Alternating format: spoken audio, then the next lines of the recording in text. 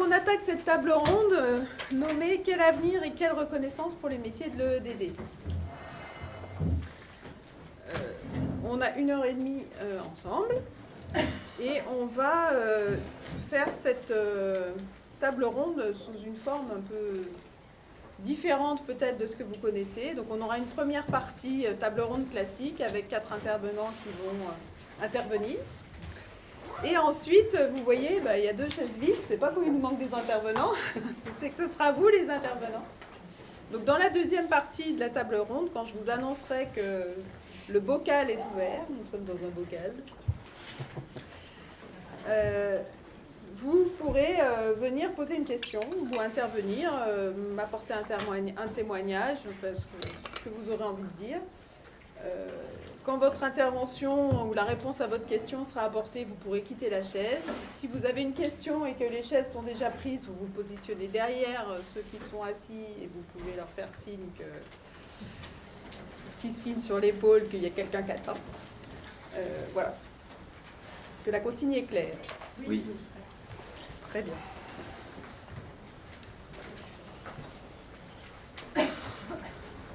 En introduction, je vais vous lire la définition de l'EDD qui est inscrite sur le site de la transition écologique et de l'aménagement du territoire.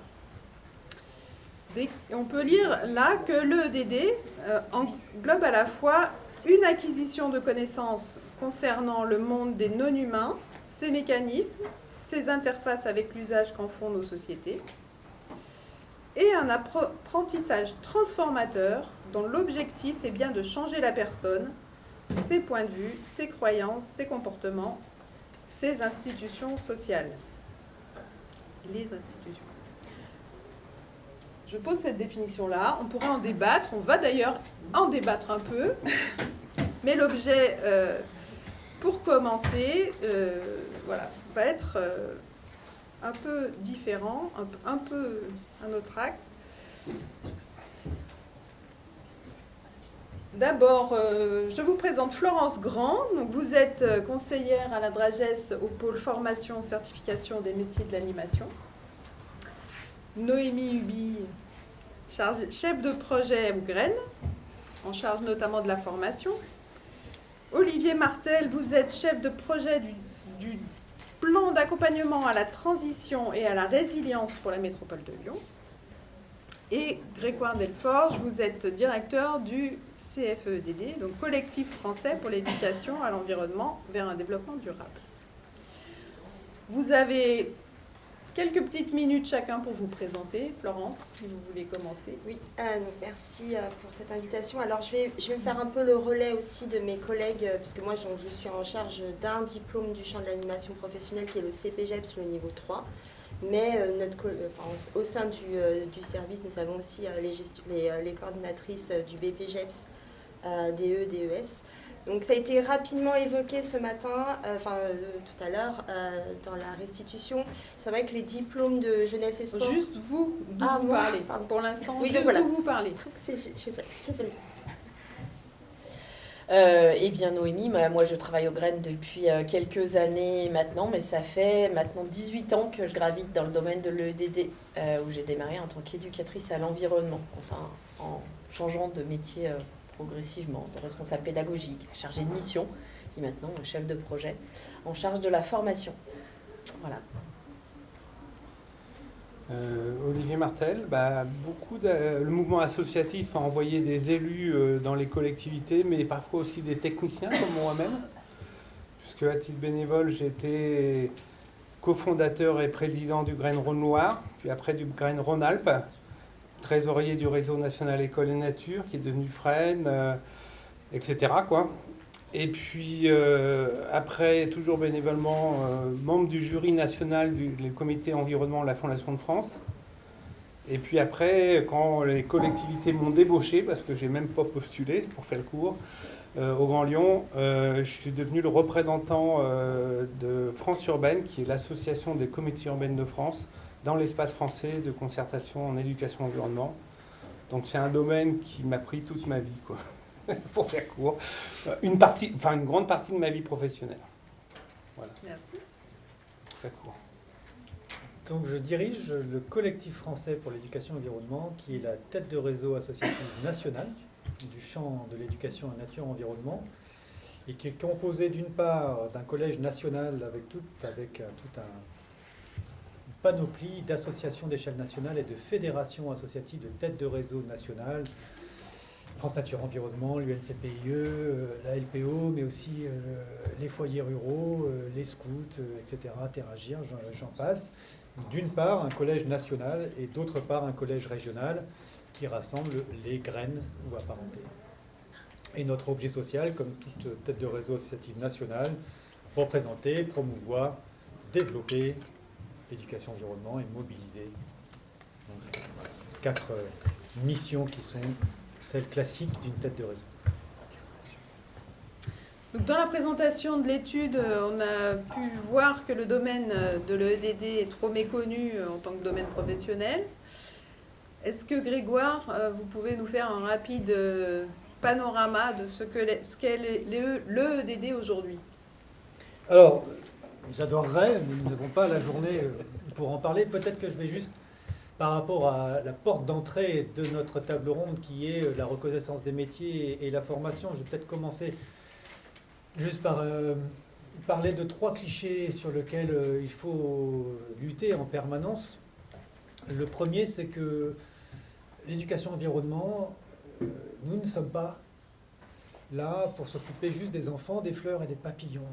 Okay, voilà, j'enfonce des portes ouvertes, mais c'est bien de mettre l'accent sur des choses essentielles. Nous sommes un mouvement d'éducation populaire. Et l'éducation populaire, c'est l'émancipation de nos publics. Voilà. Donc ça, par rapport à la reconnaissance de nos métiers et de ce qu'on fait, c'est un combat permanent. Un combat permanent pour nous faire comprendre et aussi un combat permanent dans notre métier pour le faire. Voilà, vous voyez, pour dépasser la simple sensibilisation, l'animation, pour en arriver sur des mécanismes d'accompagnement non seulement la compréhension des phénomènes classiques auxquels on fait face, mais la capacité de nos publics à agir, à se mobiliser et à être acteurs de la société. Donc premier point peut-être vraiment important. Le deuxième, sur lequel on se bat en permanence, c'est que, vous savez quoi, c'est un métier. Et pour faire un métier, oui, il faut des compétences. Et des compétences, ça s'acquiert. Voilà, ça s'acquiert. Non, mais je vous regarde parce que je sais que vous êtes là-dedans au quotidien. C'est-à-dire que ça ne s'invente pas dans une pochette surprise à la foire du village. C'est quelque chose qui se construit depuis 50 ans. Peut-être le troisième point, juste pour, je vais rapide, mais j'ouvre des portes qu'on peut explorer. Le troisième point qui, pour nous comprendre et pour nous communiquer, c'est que je dis souvent de manière un peu provocative, mais une association d'éducation environnement n'existe pas. Il n'y a que des associations qui œuvrent dans le champ de l'éducation environnement. Et souvent, elles font ça parmi d'autres choses. Vous voyez, c'est donc pour rebondir sur les chiffres présentés ce matin, 3/4 des associations qui se reconnaissent dans le champ de l'éducation environnement, 3/4 d'entre elles ne font pas que l'éducation environnement à l'échelle nationale. Vous voyez, donc nous sommes un champ d'activité transversale qui a des racines, oui, dans la biodiversité, protection de la nature, mais aussi dans l'économie circulaire, dans la santé, dans la culture, dans l'éducation scientifique, dans le développement local. Donc c'est plus complexe à nous comprendre, mais c'est notre force. Voilà, c'est notre force, c'est parce que nous sommes capables, nous avons un ancrage territorial, nous sommes capables de répondre à tout un ensemble de besoins. Et pour terminer juste cette première intervention sans être trop long, aujourd'hui, par rapport aux enjeux auxquels on fait face, et je ne vais pas m'appesantir sur le fait que la crise sociale et écologique est en train de s'aggraver, qu'on est tous conscients de ça, etc., et que nous avons beaucoup de difficultés, dont des difficultés budgétaires, nous avons des atouts extraordinaires. Et parmi les atouts extraordinaires que nous avons aujourd'hui, c'est que nous avons un cadre d'action publique qui n'existait pas il y a 30 ans.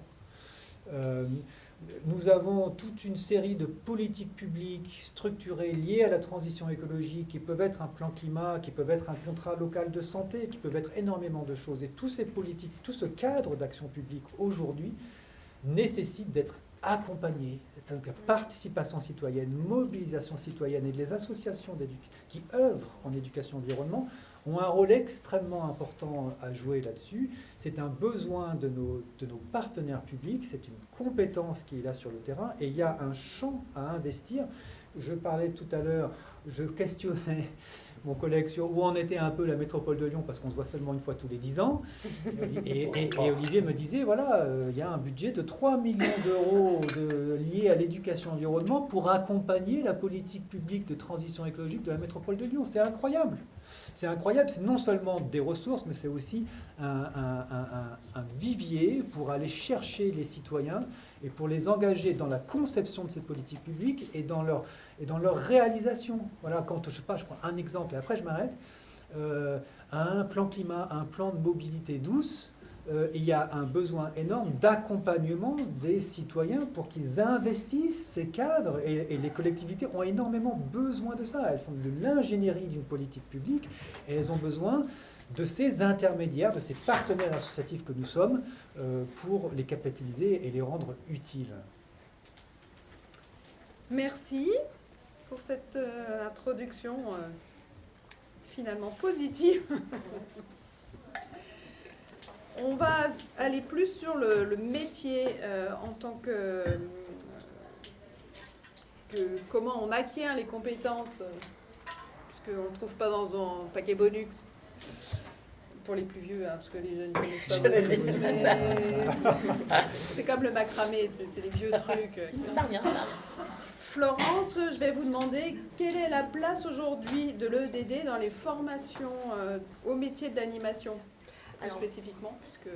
Oui, donc je vais un petit peu approfondir ce que j'ai commencé tout à l'heure. Donc oui, alors effectivement, on l'a vu aussi dans la restitution, les liens structurels entre l'éducation populaire et les métiers de l'éducation populaire qui sont portés par nos services. Donc je dirais plutôt à la fois la filière volontaire qui est représentée par le BAFA et le BFD et aussi l'ensemble de la filière professionnelle. C'est vrai qu'on parle beaucoup du BPGEPS qui avait cette coloration EDD qui a à présent disparu et qui est restructuré à travers le BPGEPS ASEC avec, donc c'est des blocs de compétences maintenant qui sont, en tout cas qui sont certifiés, avec un bloc de compétences qui est commun à l'échelle animation et sport, avec la notion d'impact écologique des activités, donc qu'elles soient animation socio-culturelle mais aussi animation sportive. Donc c'est des indicateurs qui sont très forts, mais qui ne sont pas les seuls en fait, dans le champ de diplôme jeunesse et sport, parce que en fait l'ensemble de la filière professionnelle est travaillé la posture éducative et citoyenne des animateurs, donc animateurs mais aussi coordonnateurs, parce qu'on est bien aussi sur l'ensemble de la filière avec les diplômes DE et DES, qui sont les personnes en charge des services jeunesse, avec donc ces enjeux, on dit posture éducative et citoyenne, c'est vraiment l'aspect transition écologique et le développement durable, qui est, qui est, on va dire, incarné à la fois auprès des animateurs dans leur formation, donc l'ingénierie de formation, mais aussi en tant que personne. Donc c'est vrai que j'entends les compétences spécifiques qui sont portées par l'EDD, qui ne sont pas forcément développées précisément par la filière jeunesse et sport, mais il faut aussi voir la notion partenariale, parce que les animateurs, dans le cadre de leur formation BAFA, sont aussi sensibilisés dans les approfondissements avec le lien avec la nature. C'est des thématiques qui sont travaillées, et aussi plutôt l'identification des partenaires et des ressources du territoire que les animateurs, les équipes d'animation peuvent solliciter pour créer du lien. Donc ça fait aussi un peu cette passerelle entre les forces des associations et aussi les collectivités qui portent ces thématiques de développement durable, qui ont une connaissance fine du territoire et des enjeux, et ce travail de veille qui peut être en lien avec les équipes d'animation qui sont au contact des publics, qu'ils soient jeunes, adultes, qui travaillent aussi dans les EHPAD. Voilà, je devais faire très court. Est-ce que vous pouvez juste nous dire ce que veut dire ASEC, parce qu'un BPG Ah oui, pardon, ASEC... excusez-moi, oui, c'est ça. En fait, c'est animation sociale et éducative. Voilà, Et culturelle. Oui, culturelle, pardon. Oui, pardon, et culturelle.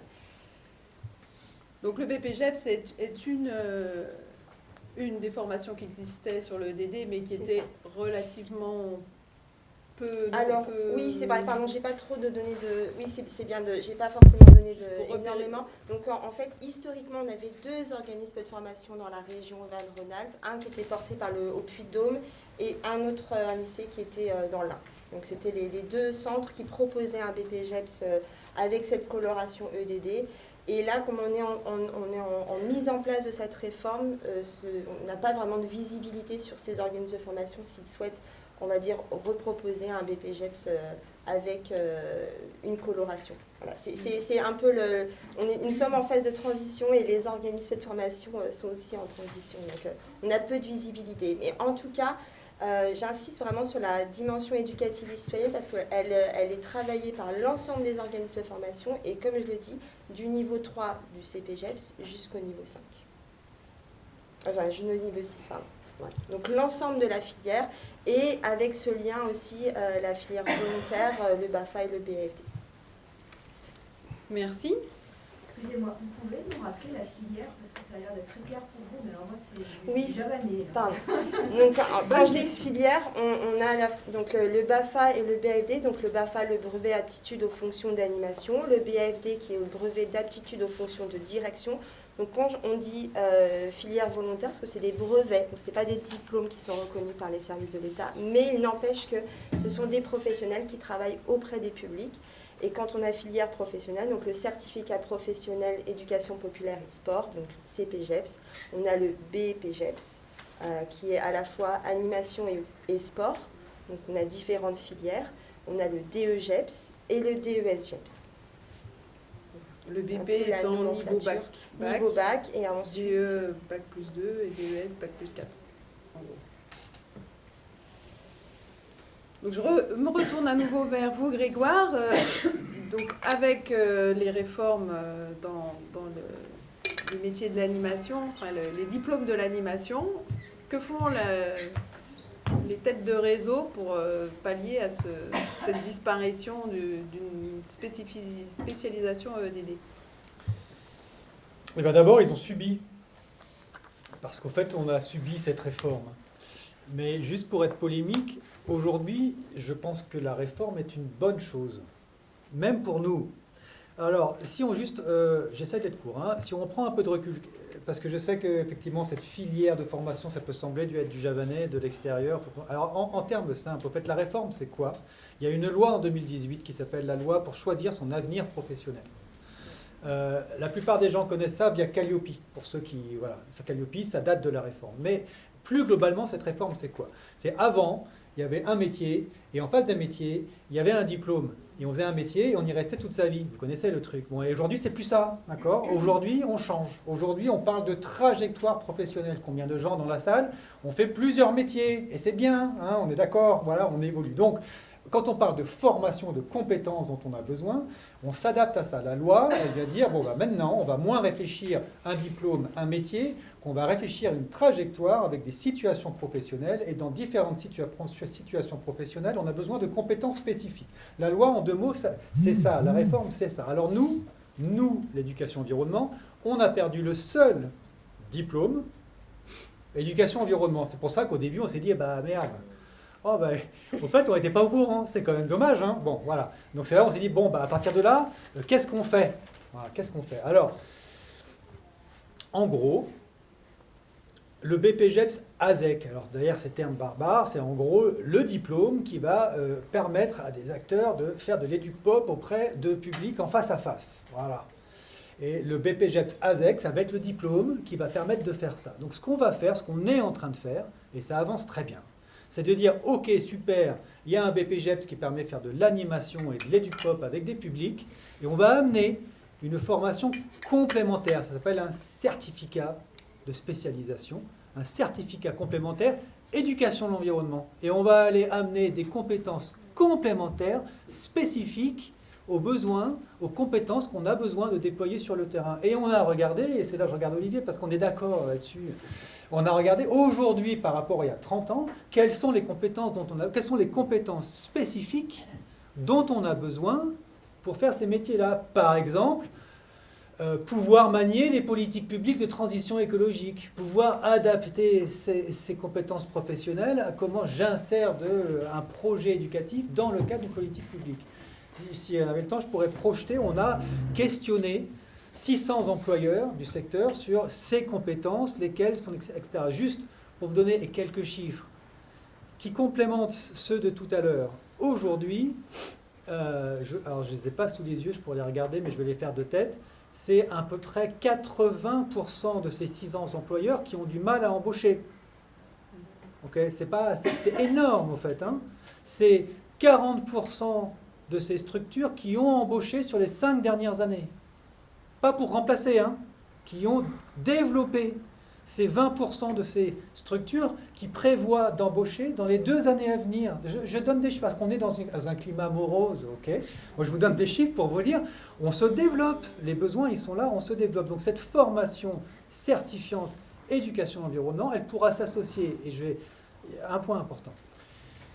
Vous voyez dans la salle, alors je ne connais pas tout le monde, je ne connais même pas grand monde, mais il y a quand même, il me semble, pas mal de gens qui ont, par exemple, fait un moment, ils sont allés à la fac, ils ont fait 3 ans de licence truc-muche et ensuite un master machin. Et puis à un moment, ils se sont dit, eh ben, j'ai appris plein de trucs, mais au fait, ce que j'ai envie de faire, c'est de l'éducation environnement, c'est de la mobilisation citoyenne, voilà. Mais et c'est mon parcours, moi, je suis arrivé là-dedans comme ça. Bon, donc à un moment, quand on a un corpus de compétences très costaud, mais il nous manque quelque chose. Vous voyez ?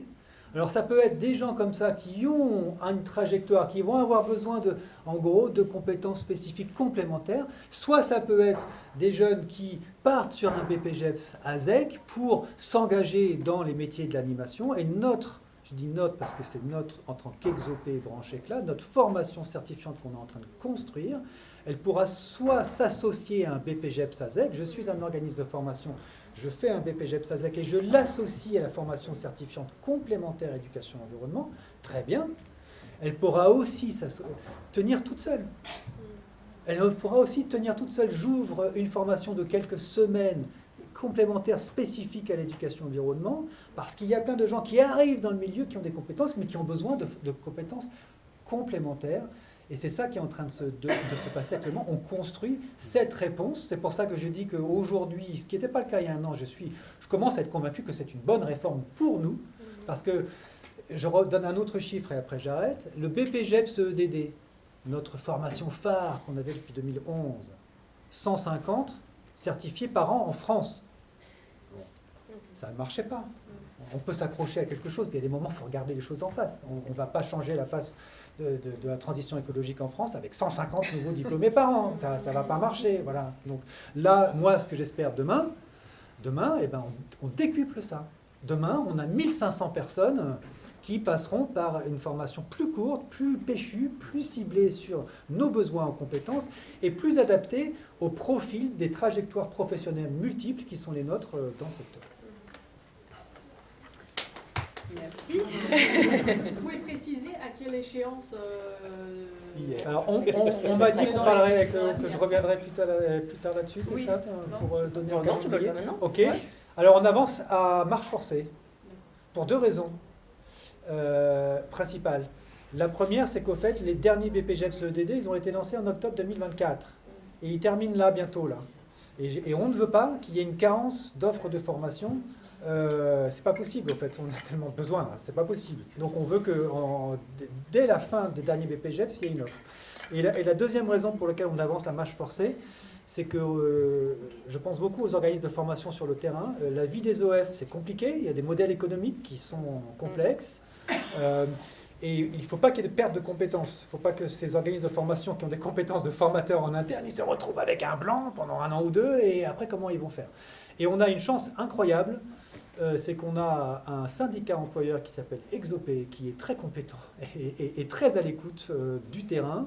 Donc, collectif français, on est membre d'Exopé, et on a une branche derrière qui s'appelle la branche Éclat, qui est également très à l'écoute pour le coup, je me fais plaisir, mais ça montre que le dialogue social, ça marche. Voilà, vous voyez, excusez-moi, je me fais plaisir parce que de temps en temps, ça fait du bien dans le climat actuel de mettre en avant. Donc le dialogue social, ça marche.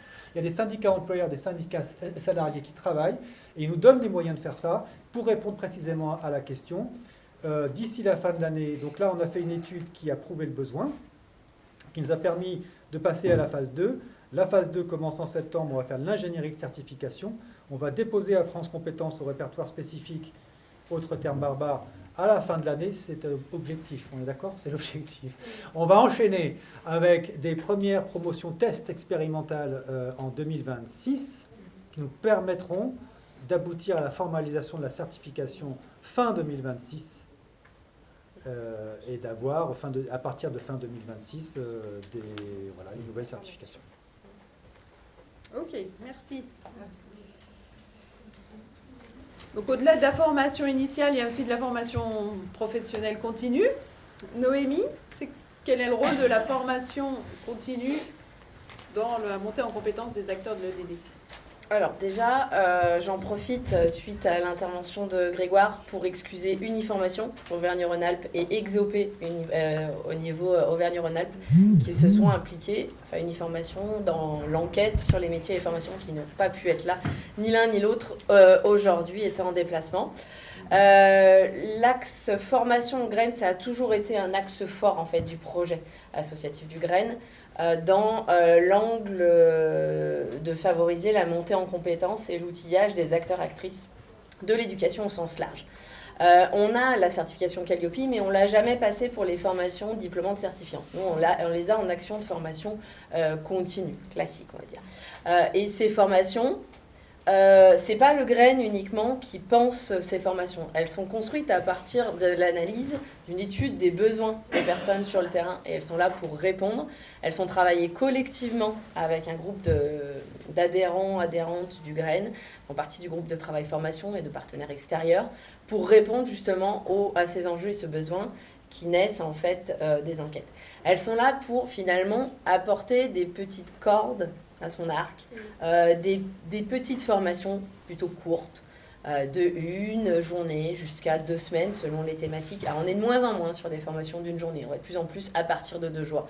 Et elles sont là pour partager des choses, elles sont ouvertes à tous les acteurs, il n'y a pas besoin d'être adhérent du Graines, il n'y a pas besoin d'être déjà dans l'éducation à l'environnement, mais ça peut permettre à quelqu'un qui a besoin de se tourner soit vers une nouvelle thématique, soit développer ses postures, de venir se former. Par exemple, en 2024, on a mis en place une première session, il y en aura d'autres certainement en 2025, 2026, on va peut-être être sur 26, des premiers secours en nature.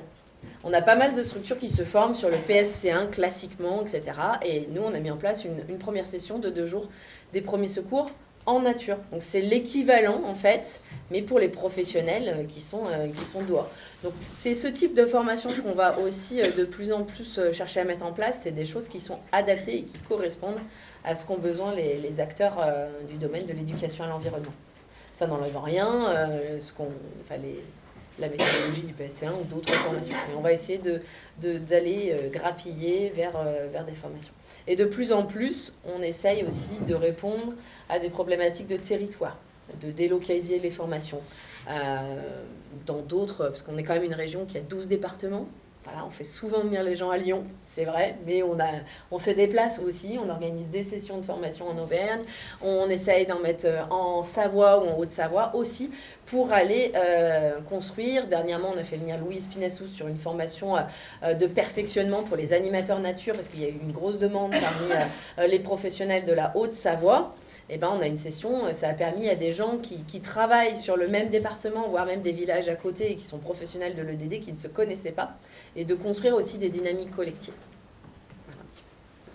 Je peux en dire beaucoup, mais... Merci. Parce que tu parles de territoire, on va passer à vous, Olivier.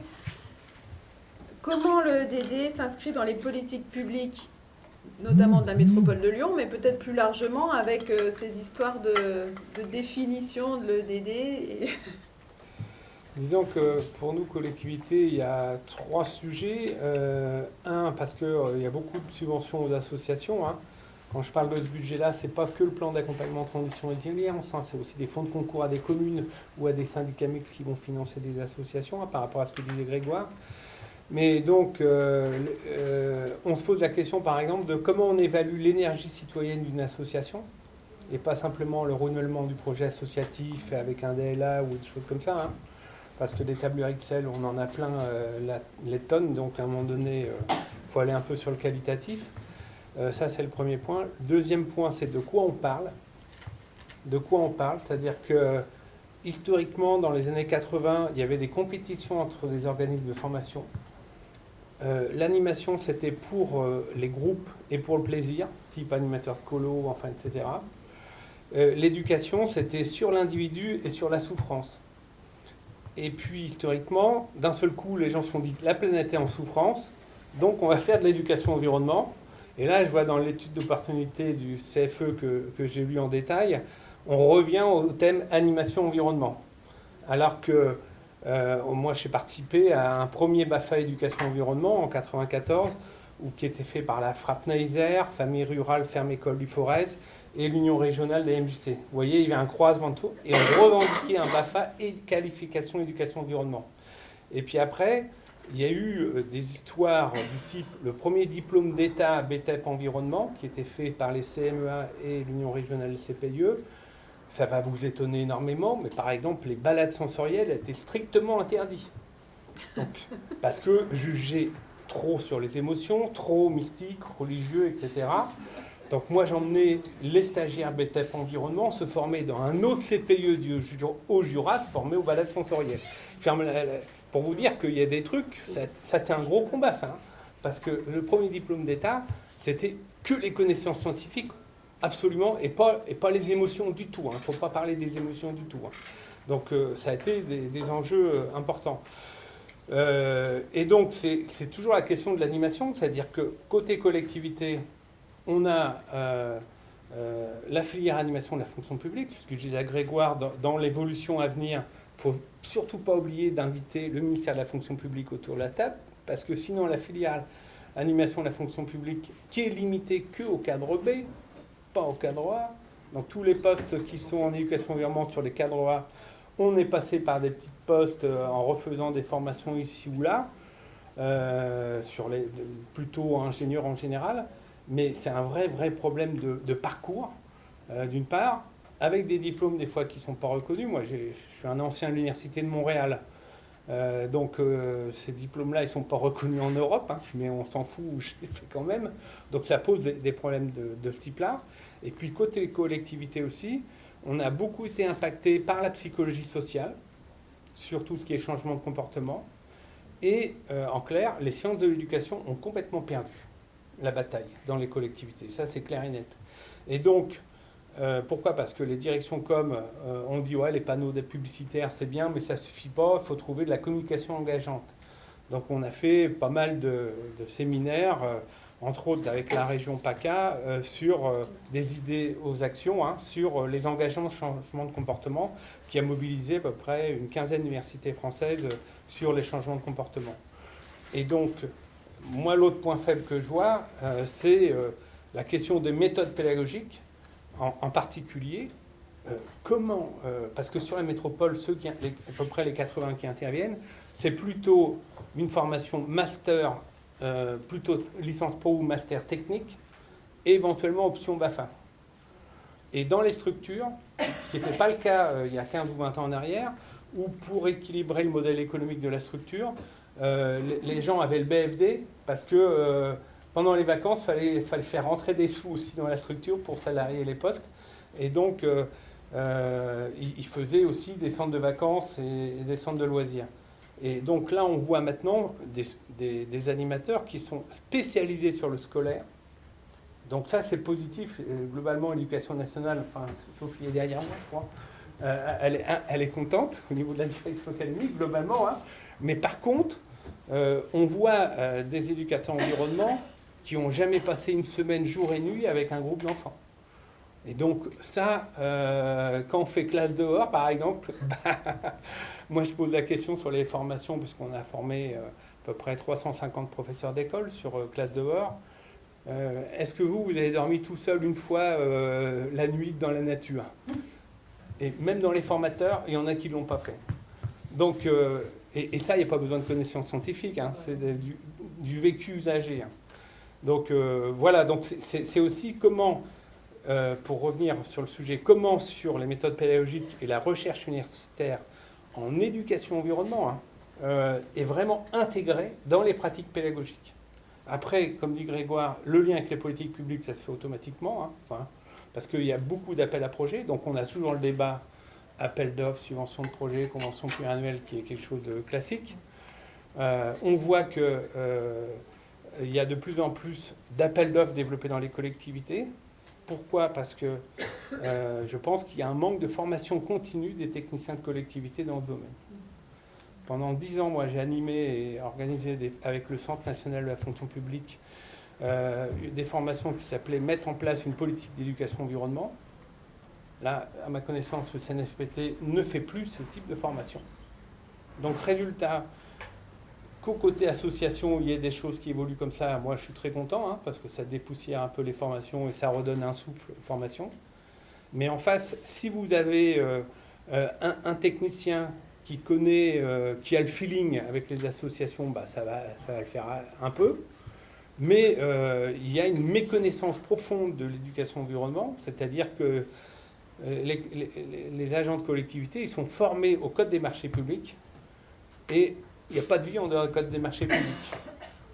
Je fais court, hein, parce qu'après je pourrais faire des conférences avantages et inconvénients de chaque dispositif. Hein.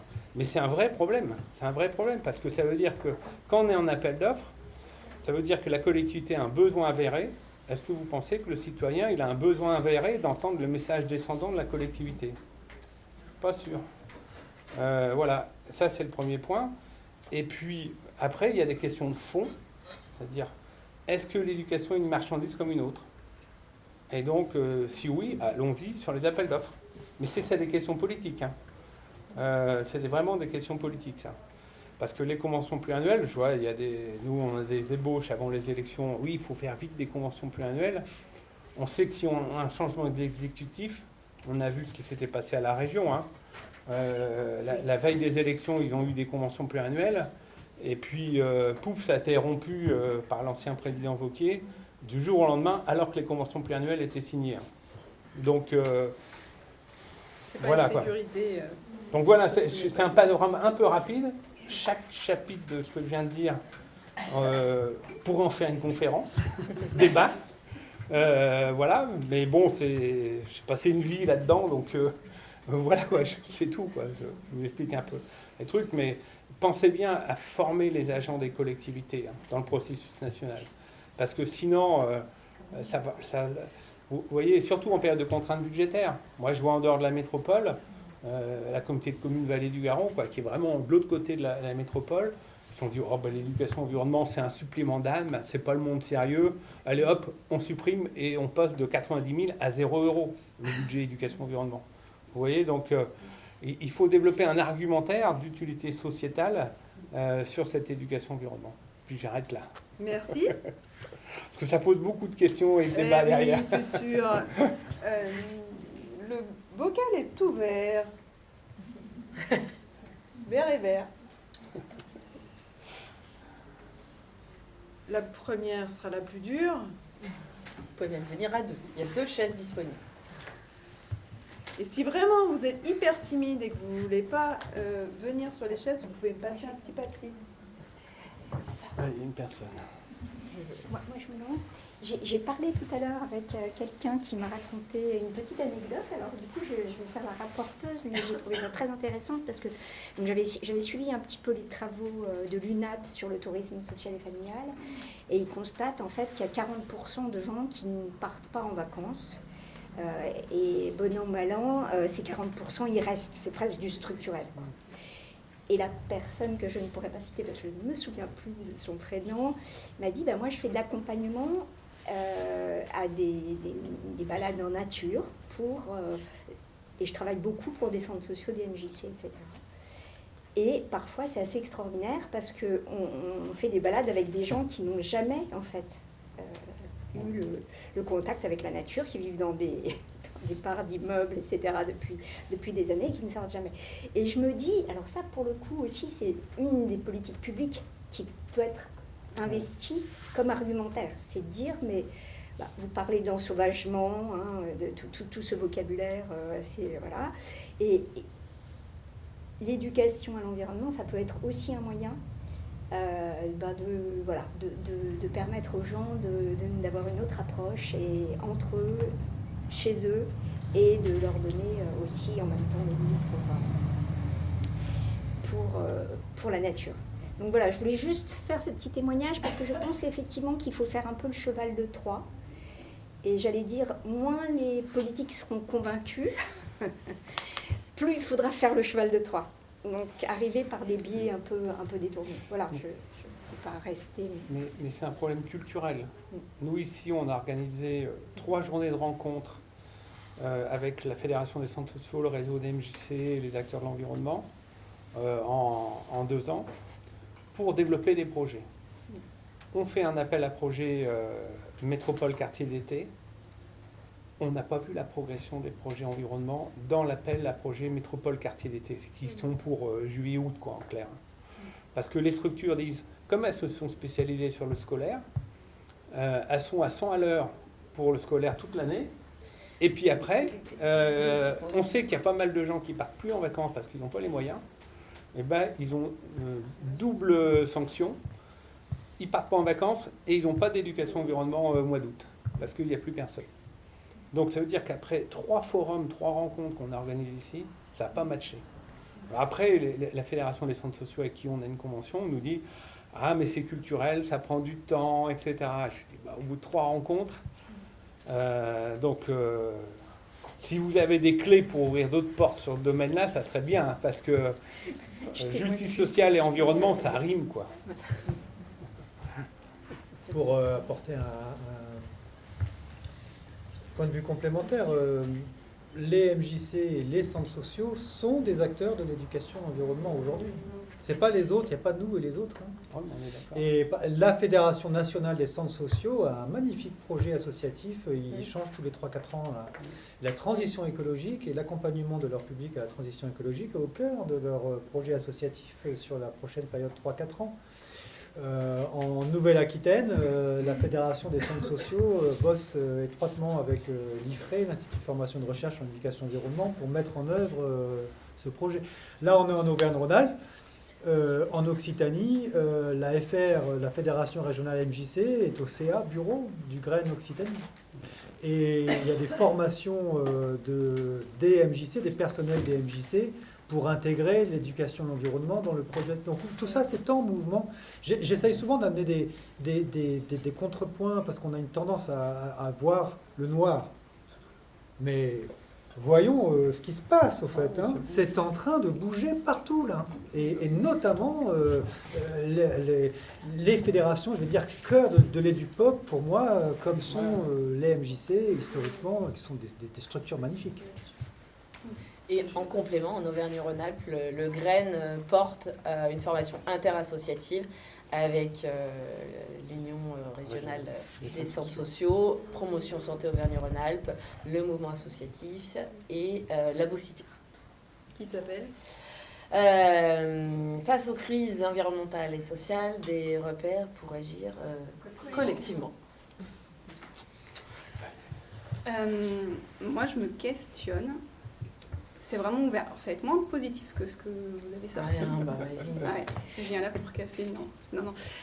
Sur toute l'évolution en fait de nos formations autour de l'EDD, où on est parti en fait, comme vous le disiez, d'un extrême, je dirais, où pour faire de l'animation nature, il fallait d'abord qu'on soit naturaliste et ensuite on apportait de l'éducation, on apportait tout ce volet d'éduc-pop, parce qu'il ne faut pas oublier que l'éducation à l'environnement, en fait, c'est quand même né d'une rencontre entre les naturalistes et l'éducation populaire. Donc ça me semble important à garder en tête. Et donc là, toutes les formations qui ont évolué, alors moi je vais parler depuis une quinzaine d'années, parce que c'est à peu près ce que j'ai en mémoire, que ce soit les BTS GPN, où avant il y avait un BTS GPN gestion et protection de la nature, mais il y avait aussi un BTS GPN animation nature, qui au fur et à mesure s'est réduit, au lieu de 2 ans, est passé à une année.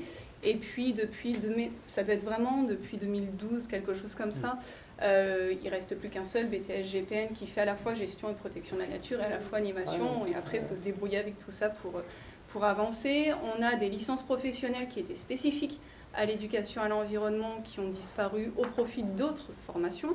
On a des DEGEP, on a des BPGEP qui étaient spécifiques à l'éducation, encore une fois, à l'environnement et qui ont disparu au profit de mettre en place des modules complémentaires d'éducation à l'environnement. Alors, toutes ces formations, même si elles ont un point commun qui est au départ l'éducation populaire, comment est-ce qu'on fait de la pédagogie, comment est-ce qu'on interagit avec nos publics, comment est-ce qu'on prend en compte en fait nos publics pour faire de l'animation, à force en fait de faire tout changer. Et j'entends le côté, on forme 150 BPGEP sur une année, et qu'est-ce qu'on fait de tout ça? Aujourd'hui, quand on demande à recruter en fait des animateurs nature, et je précise bien animateurs nature, éducateurs à l'environnement, tous les mots, toute la terminologie qu'on veut mettre derrière, on peine à trouver ces personnes-là, alors qu'il y a quand même quelques personnes qui sont formées. À force de vouloir faire tout évoluer, est-ce qu'on ne va pas perdre finalement en qualité de formation, de sensibilité des personnes qui travaillent dans l'éducation à l'environnement, sont a priori sensibles à l'éducation populaire, portent des valeurs, et est-ce que quand on ne forme plus ces personnes sur des thématiques aussi spécifiques que les nôtres, en fait, on ne va pas perdre en compétences, en valeurs, quand on va vouloir retrouver ces personnes-là sur les champs du monde du travail. Et est-ce que du coup aussi, on ne va pas tendre vers un glissement de se dire, ok, on a plus en fait des formations spécifiques EEDD, et bien tant pis, en fait, on va prendre des personnes qui ont de l'expérience, pas que professionnelle. On va valoriser effectivement, et c'est un peu ce qui ressortait aussi avec l'enquête, on va valoriser des personnes qui ont été en stage, des personnes qui ont été en service civique, des personnes qui ont ces expériences-là. On parle aussi beaucoup du BAFA, du BAFD, qui sont des diplômes qui ne sont pas professionnels, et pour autant qui sont tellement importants. Voilà, c'est de l'expérience qui est à prendre en compte quand on recrute quelqu'un. En tout cas, moi, c'est ce qui me semble important, c'est toutes les choses aussi que je regarde. Et donc voilà, du coup je me dis, est-ce que à force de remanier toujours tout ça, de donner de moins en moins d'importance à des thématiques qui sont les nôtres aujourd'hui, de l'EEDD, qui est quelque chose de fort, qui permet, par sa transversalité, de travailler avec des multi-acteurs, de travailler sur des problématiques sociétales qui sont hyper importantes, bah voilà, on ne va pas en fait dévaloriser de nouveau les métiers de l'EEDD. Peut-être Florence ? Alors, c'est vrai que c'est... En fait, moi, j'y verrais vraiment sur l'idée de pouvoir sensibiliser. Alors, c'est vrai que les compétences de DD, elles sont vraiment très, très spécifiques et très techniques. Et que les orientations de nos diplômes, en tout cas, ne répondent pas à l'ensemble des compétences. Il y a des colorations possibles. Mais moi, j'y vois vraiment dans l'aspect, justement, prise en compte de tous ces parcours et ces profils différents. Dans l'étude, enfin en tout cas les résultats, on voit bien que les animateurs EDD ont aussi d'autres compétences et d'autres missions. Et les diplômes jeunesse et sport, en tout cas les orientations, prennent en compte ces nouvelles compétences.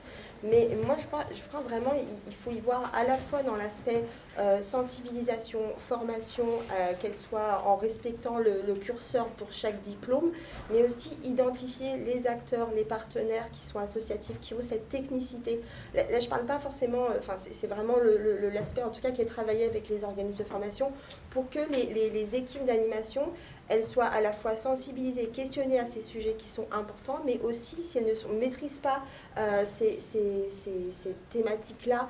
Je pense notamment, pour moi je m'occupe beaucoup, enfin je m'occupe du CPGEPS, donc le curseur projet et la gestion de la vie quotidienne est moins poussé que le BPGEPS, mais il n'empêche qu'ils peuvent très bien faire face à des jeunes qui ont cette angoisse de l'aspect écologique et qui ne seront pas forcément identifiés dans leur cursus de formation, mais vers qui les renvoyer. Donc je pense qu'il y a aussi cette notion de partenariat et de mise en réseau, et qui fait qu'effectivement, il y a un enjeu de visibilité. Ça, je l'entends tout à fait. Et nous, en tout cas, on essaye de travailler vraiment avec nos organismes de formation et aussi les acteurs de territoire pour qu'il y ait à la fois cette reconnaissance des spécificités de l'EDD qui sont colorées, en tout cas dans le champ de nos diplômes, et qui sont questionnées dans l'ingénierie de formation et aussi dans les contenus de formation en tant que personne, hein, parce que les stagiaires sont aussi en tant que personnes sensibilisées et Voilà, et voilà, se faire le relais. Et je le vois aussi la même chose dans le BAFA-LGLD, dans le service civique aussi. En fait, l'ensemble de nos dispositifs qui sont à destination des jeunes, la formation jeunesse, voilà, tous ces sujets et ces questionnements qui sont essentiels, et dans une logique d'émancipation et d'autonomie des publics. Il ne faut pas avoir peur du changement, hein. Non. Parce que, Tout va bien.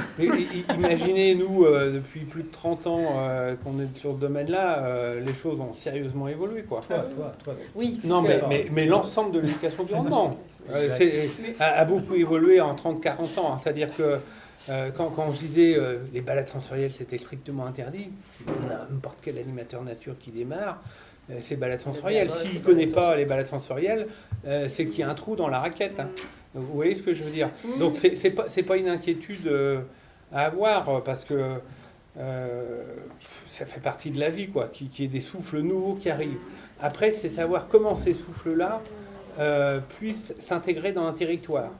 C'est-à-dire que moi, je participe aux travaux de l'Institut français du monde associatif, qui est, avec pas mal de chercheurs qui travaillent en France là-dessus, sur comment les associations contribuent au territoire.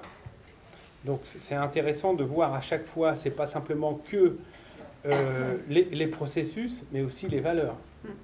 Parce que dans le webinaire qu'on avait avec l'Institut français, il y a des chercheurs qui disaient, vous voyez, Trump, il a été élu démocratiquement, hein, donc le peuple veut Trump. Et puis d'autres qui disaient, oui, mais est-ce qu'il respecte bien les valeurs de la République américaine, les fondements de la République? Donc c'est encore autre chose, quoi.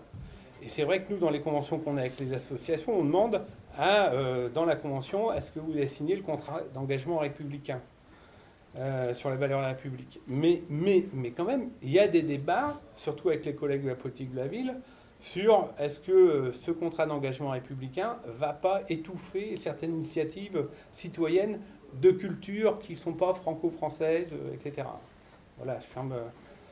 Noémie, tu voulais réagir? Je réagis par rapport à ce que disait Angélique sur la part de changement de typologie de formation, etc. Alors, pas 30 ans, hein, moi je suis dans le domaine, on va dire bientôt 20 ans déjà. On recrutait essentiellement des animateurs, animatrices ou éducatrices, éducateurs à l'environnement ou à la nature. Il y a aussi une explosion des typologies. Chargé de sensibilisation, chargé d'animation. Voilà, il y a eu pas mal voilà, dans les offres d'emploi, on voit apparaître beaucoup de typologies différentes maintenant pour des métiers liés à l'éducation à l'environnement. Et je pense qu'il y a des formations qui, de ce fait, ont essayé peut-être de modifier les intitulés des formations. Et bien ou pas bien, ça je sais pas. Moi j'ai vraiment en tête celle de Tours avec le passage d'uniquement médiation scientifique, parce qu'à un moment donné j'ai travaillé dans la médiation scientifique mais côté éducation à l'environnement, d'avoir bien accolé les deux, médiation scientifique et éducation à l'environnement, et de le porter comme ça, c'est resté. Et je pense aussi des évolutions vis-à-vis des typologies de postes. Il y en a une qui n'a pour sa part, je crois, je peux regarder Jocelyne, mais jamais changé, c'est la licence éco-interprète, enfin le diplôme éco-interprète avec le CPIE Brest du Jura, qui a toujours gardé ce nom-là. Heureusement, il y a quand même des formations qui se stabilisent dans leurs appellations. Ouais. Moi, le point de vigilance vraiment que j'aimais, c'est... Et j'ai vraiment pas peur du changement, parce que c'est pareil, je suis passée par plusieurs métiers et il n'y a pas de souci là-dessus. C'est juste qu'aujourd'hui, et je l'ai encore entendu en rigolant, mais mais parce que éducateur à l'environnement, c'est ton vrai métier. On n'a toujours pas réussi à travailler cette reconnaissance de nos métiers, et on sait que ce sont des vrais métiers. Oui, aujourd'hui, on peut vivre à peu près de ce métier-là. Donc moi, il y a vraiment cette crainte à force de faire tout le temps évoluer nos diplômes et tout ça, enfin de faire changer nos diplômes, ça ne nous aide pas en tout cas à stabiliser cette reconnaissance. Et après, je suis à 200% d'accord sur le côté, il faut travailler en réseau, c'est hyper important. On ne peut pas tout savoir faire, on ne peut pas tout maîtriser, et c'est important de faire ces connexions. Après, du coup, c'est comment est-ce qu'on donne les clés de compréhension, les outils pour que chaque individu puisse s'en emparer derrière, et du coup qu'il y a peut-être ces enjeux-là à s'assurer qu'il y ait une vraie qualité de ce qu'on peut transposer, transmettre aux personnes pour qu'on puisse ensuite développer toutes ces notions. Mais voilà, c'était moins bisounours que voilà, mais c'est aussi, pardon, ça me semble important voilà, qu'on l'ait en tête aussi. J'ai appris qu'entre 2000 et 2010, on avait eu un débat. En fait, le BPGEPS EEDD, il date de 2011. C'est pas très longtemps. Hein. Et au fait, dans les quelques années avant, il y avait eu un débat sur est-ce que la meilleure solution était un diplôme EEDD ou la formation certifiante complémentaire que j'ai décrite tout à l'heure. Ce débat, il a eu lieu, au fait. Et le choix a été fait de monter un BPGEPS EEDD. Et maintenant, je pense que c'était une erreur. Parce qu'au fait, on a un tel besoin de valorisation qu'on a eu l'impression que ce diplôme nous permettait enfin d'être reconnus. Et je pense qu'on est parti là-dessus pour ça. Donc oui, il y a un besoin de valorisation. Ma grand-mère, même ma mère, elle n'a jamais compris ce que je faisais vraiment dans la vie. Mais j'aurais été animateur socioculturel, j'aurais pas eu beaucoup plus de valorisation, en fait, en gros. Hein. Non, mais c'est vrai, nos métiers sont pas très bien perçus. Mes parents préféraient que je sois banquier, et malheureusement, je les ai déçus, je bosse dans l'animation. Mais bon, bref, je m'écarte un peu. Je m'écarte un peu. Mais donc je pense qu'il y a un besoin de valorisation. C'est mon taf maintenant de trouver d'autres moyens de faire ça, mais pas de tordre une réponse à, tu vois, un diplôme n'est pas la réponse. Et il y a un autre truc qui me vient en tête, c'est que je regarde la salle aujourd'hui, tiens, surprenant, on est tous caucasiens. Presque, à quelques exceptions près. Mais vous voyez, on est sur quelques exceptions près. Voilà. Et il y a beaucoup de femmes. Surprise, surprise, c'est toujours le même constat. Alors pourquoi je dis ça? Parce que je pense que peut-être en faisant le BPGEPS EEDD, on s'adresse à un certain cadre de gens, qui ont un certain parcours. En passant par un BPGEPS ASEC, etc., et après en amenant des compléments de formation, on va peut-être enfin faire en sorte qu'on s'adresse à un public plus large d'acteurs éducatifs et qu'on sorte de ce truc où la transition écologique et l'environnement et l'animation, c'est un truc de blanc bien pensant. Excusez-moi, hein, vous voyez. Il y a aussi ce besoin d'ouverture et je pense que la manière dont on structure notre cadre de formation professionnelle peut être aussi une réponse parce que dans le milieu de l'animation socioculturelle, c'est pas le même constat. Oui. Mais Grégoire, si le public est de plus en plus féminin dans l'éducation environnement, enfin les acteurs, c'est parce que les salaires sont bas. Oui. Et qu'on est quand même encore dans une société machiste. Hein. Je le dis en tant qu'homme, ça me dérange toujours quand même pas mal, quoi. C'est une réalité, hein, je pense. Hein. Et il y a du temps partiel. Et il y a du temps partiel. J'ai fait cette petite démarche parce que ça fait 20 ans qu'on en parle et qu'on n'arrive pas à faire évoluer ces profils socio-pro. Il y a un moment, il faut quand même arriver à bouger. Mais juste, je vais vous dire quelques trucs. En fait, pour renforcer l'argumentation que aujourd'hui, la formation certifiante complémentaire est une bonne chose. C'est juste pour renfoncer ce clou-là. Hein, parce qu'on va dire, les pédagogies actives, c'est le cœur du truc, on va les acquérir au BPGEPS ASEC. En gros, voilà. Et après, ça nous permet de mettre le doigt sur, quand je disais quelles sont les compétences jugées indispensables par les structures intervenant dans le domaine de l'EEDD, et ça nous permet peut-être de mieux mettre le doigt sur ce qu'on juge indispensable et donc d'aller chercher des compétences spécifiques. Ça nous permet de dire, par exemple, dans les compétences qu'on va mettre dans cette certification, alors il y a en même temps conduire une animation auprès d'un public en extérieur au contact de la nature. Voilà, ça, on est plein de bancs. Il y a aussi des choses comme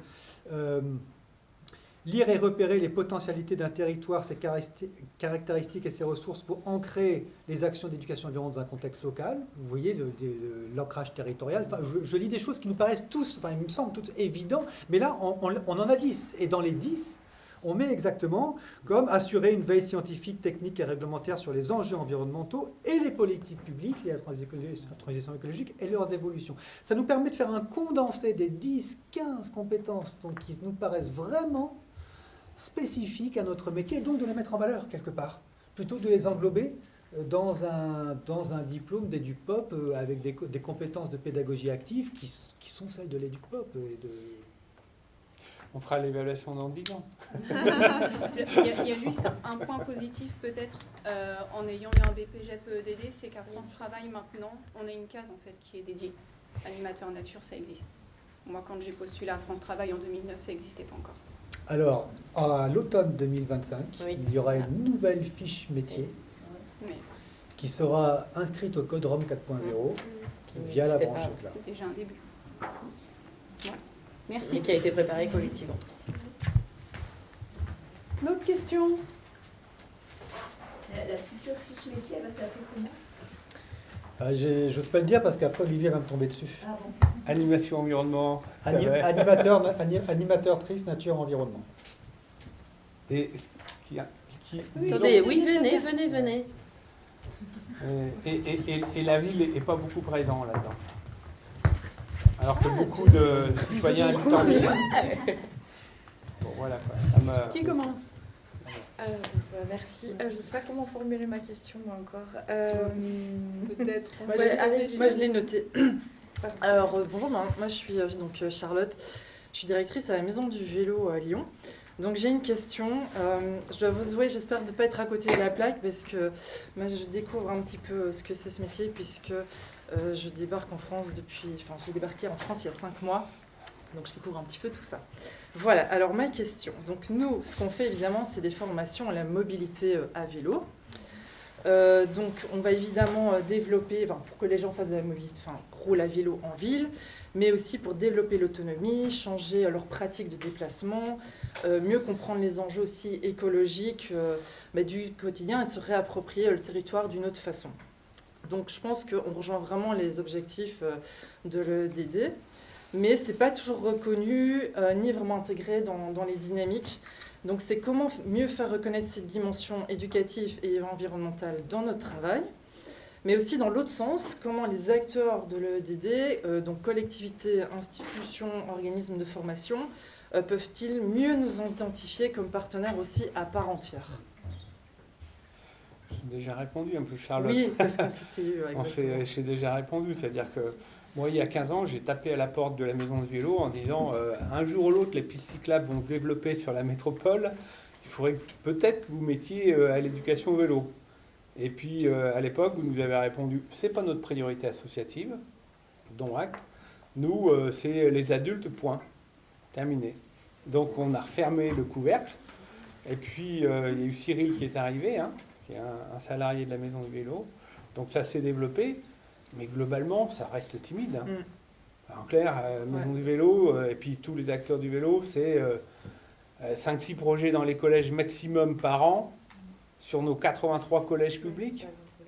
Dans 20 ans, on y est encore, alors que les pistes cyclables, elles sortent. Donc c'est la question, c'est quand il y a un aménagement du territoire, comme là, le développement des pistes cyclables, comment les acteurs de l'éducation associatifs ou autres s'emparent de ça pour en faire des projets pédagogiques là-dessus. Là, je pense que sur l'éducation vélo, il y aurait besoin de mettre les bouchées doubles, quoi. Tout simplement, quoi. Il y a eu une problématique de prendre en compte, comme disait Grégoire, le diagnostic territorial, qui ne peut pas être fait que par une association, mais vraiment par un territoire, en disant, attendez, il y a ça qui répond à des attentes de la société civile, type développement du vélo. Donc il faut mettre en place des accompagnements de politique publique avec une approche citoyenne derrière, à l'initiative sur le sujet. Si ce n'est pas fait, il y a un trou. Et s'il y a un trou, nous... Quelqu'un qui va y aller. Mais nous, ça ne sera pas forcément les associations. Quand certains services font des appels d'offres, on a des agences de com de parisiennes qui viennent débarquer ici pour dire, voilà, ou faire sans animation sur tel truc. Donc ça pose d'autres problèmes. Voilà, Moi, j'aurais besoin de mieux comprendre, on n'a pas le temps, mais on pourra discuter à la pause, au fait, pour comprendre ce que tu exprimes sur... J'entends un constat qu'il n'y a pas assez de reconnaissance de ce que vous faites.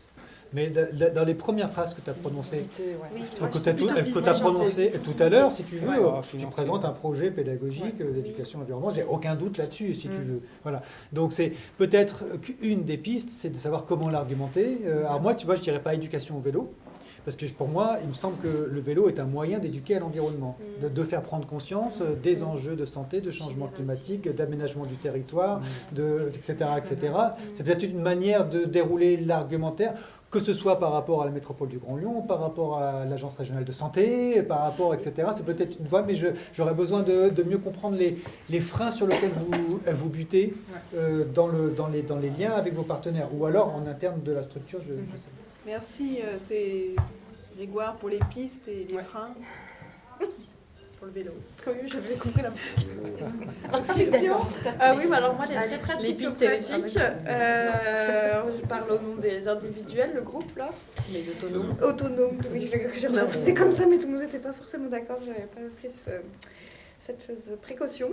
On a parlé, oui, d'animation, mais quand on veut être et j'ai une compréhension encore un peu éloignée, parce que j'appartiens pas encore à cet environnement professionnel, je suis pas encore démotivée aussi, je suis encore bien motivée. Quand on veut à la fois faire de l'animation et de la coordination, on se positionne où? Et qu'en plus on vient de l'éducation nationale pour une petite expérience, mais quand même j'ai expérience de l'éducation nationale. On fait un DEGEPS, coordinateur de projet.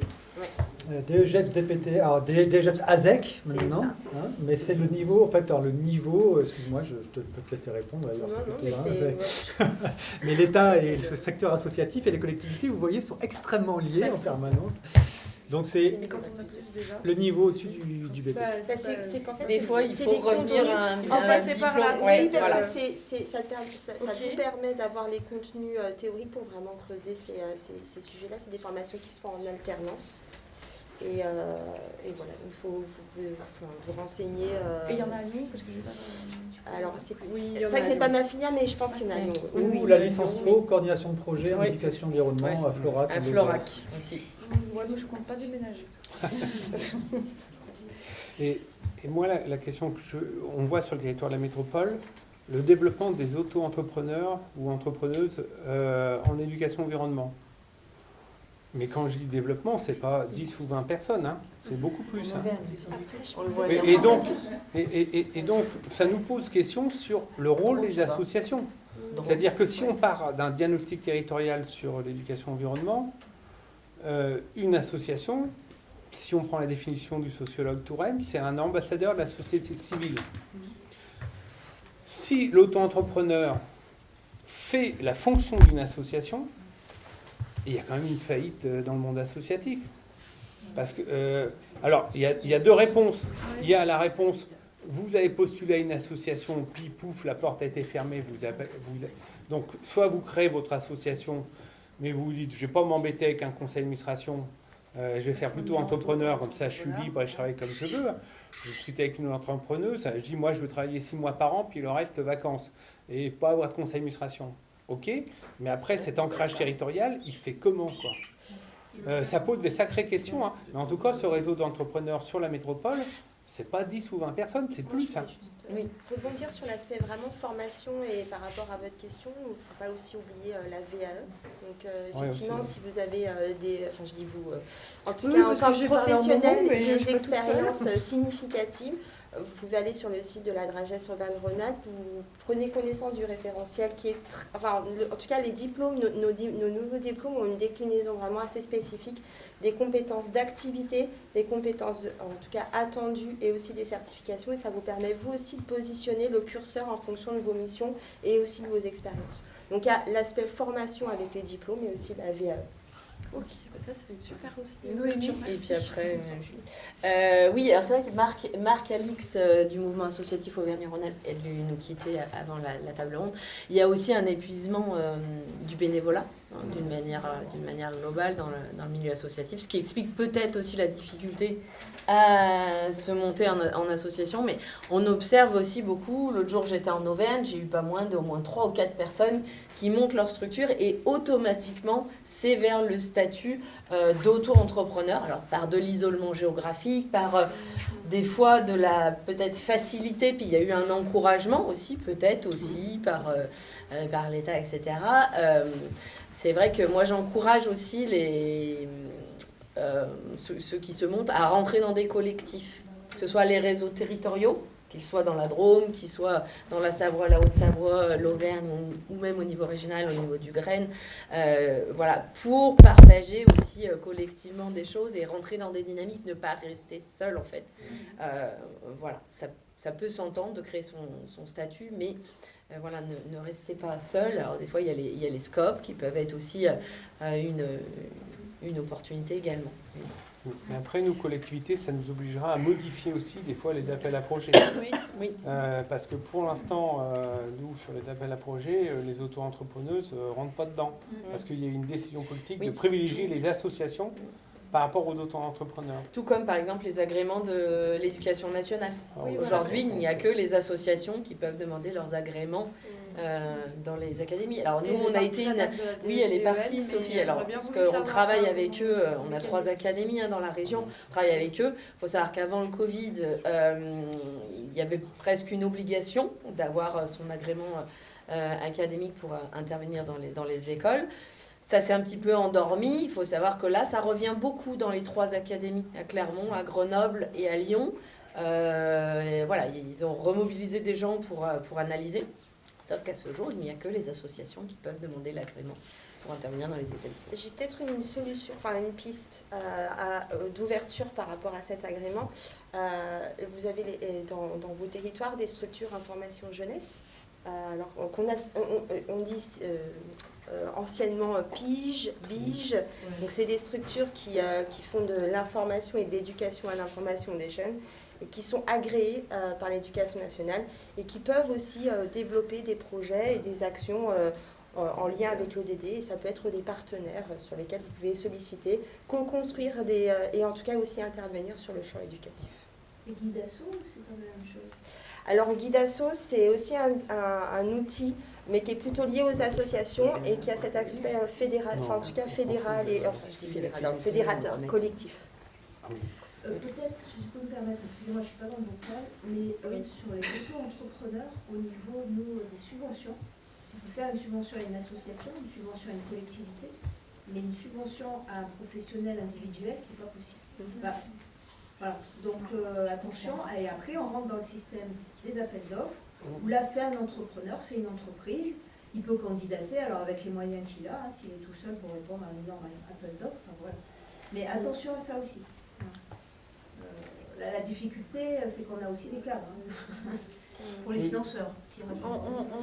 Juste, il y a encore une question, donc il y a encore une réponse à apporter à Virginie Oui, juste une demande de précision, mais sur un point de clarif.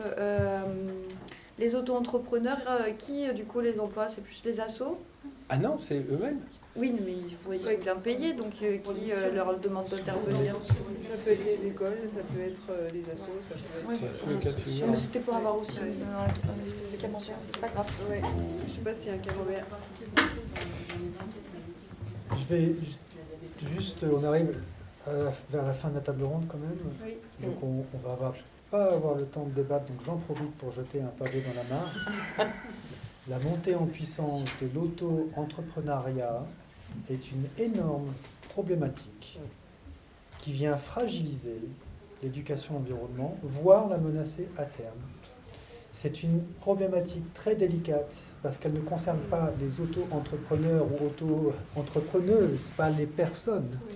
La manière, ça engage une modification substantielle et assez centrale du lien entre l'acteur éducatif qui était auparavant, principalement, qui l'est toujours d'ailleurs, l'association, et ses partenaires publics qui sont reliés par une notion et un objectif d'intérêt général. À partir du moment où c'est un lien entre une collectivité et un acteur public, parce qu'il n'y a pas de marché de l'éducation environnement, il n'y a pas de gens qui achètent de l'éducation environnement, il y a des acteurs publics qui allouent des fonds sur une activité qui concourt à leur politique publique. Et en basculant sur l'auto-entrepreneuriat, comme c'est bien de le dire, on ne peut plus être sur de la sub, on est sur de la commande exclusivement de par la nature juridique de l'entreprise, ce qui fait qu'il n'y a plus un aller-retour, un échange, un dialogue partenarial entre la collectivité, l'organisme public et la structure associative qui à terme mène à un appauvrissement de la qualité de l'action pédagogique, puisqu'effectivement, tu le disais tout à l'heure, ce n'est pas un stylo qu'on achète, c'est un dialogue. Bref, c'est une mise en tension de tout l'écosystème de l'éducation de l'environnement et de son caractère d'intérêt général. C'est un sujet majeur dont je le mets sur la table au moment où on ne pourra plus le traiter, puisque c'est la fin de la table. Mais il y a les ateliers, c'est le premier. Mais il y a la Juliette. question de Juliette. Du coup, on n'a plus le temps, mais sur le vélo, sur le vélo, moi je pense que la bonne manière de répondre à ta question, nous en montagne, j'ai toujours regretté que je travaille dans des réserves naturelles et on s'occupait des espèces. Et la manière dont les gens venaient dans l'espace protégé, c'était pas notre business. Et moi je pense que c'est tout le contraire. Je pense que la manière dont les gens se rendent en nature est essentielle pour la manière dont ils vont après découvrir le lieu, déjà en termes de nuisance. Quand tu viens en vélo, tu fais pas de bruit. Et donc je pense qu'il y a un argumentaire vraiment pour vous, pour le vélo, à développer là-dessus et à rapprocher les associations des organismes gestionnaires de la nature en disant nous, on peut aussi faire ce que vous n'arrivez pas à faire, c'est-à-dire que les gens prennent moins leur voiture au moment d'aller en nature. Et ça, c'est dans des compétences spécifiques. Les routes départementales, c'est dangereux. Les aménagements de vélo, ça peut être considéré comme une verrue, parce que c'est moche, pas plus qu'un parking, hein, mais c'est un plaidoyer aussi à faire dans les espaces sauvages. Et en tout cas, en montagne, il y a du taf pour rapprocher le monde du vélo de la nature. C'est un type d'argumentaire, mais je pense qu'il est vraiment hyper important à dire, en fait, je me déplace dans la nature d'une certaine manière, je la protège aussi de cette manière-là. Je ferme la parenthèse. Et du coup, je répondrai en jetant un deuxième pavé dans la mare sur l'entrepreneuriat versus associatif, puisque moi je viens du monde associatif et j'ai besoin d'une pause.